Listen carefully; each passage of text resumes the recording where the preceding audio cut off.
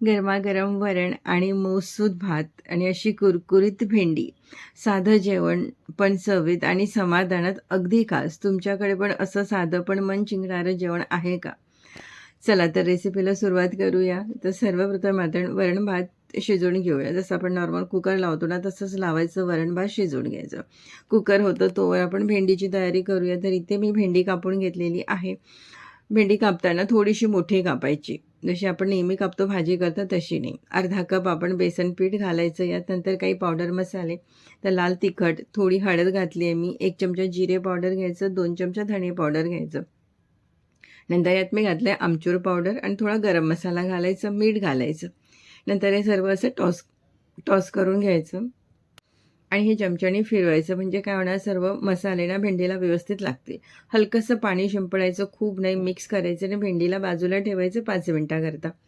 इथे आपला कुकरसुद्धा झाला आहे.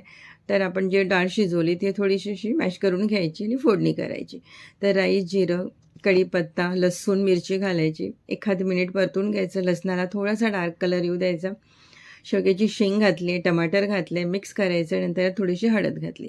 शेवग्याची शेंग नाही घातली तरीही चालेल. नंतर शिजवलेली डाळ घालायची, थोडं पाणी घालायचं, मीठ घालायचं, कोथिंबीर घालायची आणि मिक्स करायचं. एक उकळी आणायची. उकळी आल्यानंतर गॅस अगदी कमी करायची आणि याला 2 ते 3 मिनिट आपण उकळून घेऊया.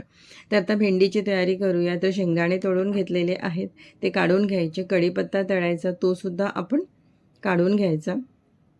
नंतर त्यात मी घातलं लसूण. लसूण तळून घ्यायचं. लसणाला मात्र थोडासा डार्क कलर येऊ द्यायचा. ते सुद्धा आपण काढून घ्यायचं. नंतर त्यात मिरची फ्राय करायची, थोडीशी कुरकुरीत करायची, तीसुद्धा आपण काढून घेऊया. नंतर आपण थोडंसं कोथिंबीर तळून घेऊया. तीसुद्धा मस्त अशी कुरकुरीत होतपर्यंत तळायची आणि काढून घ्यायची.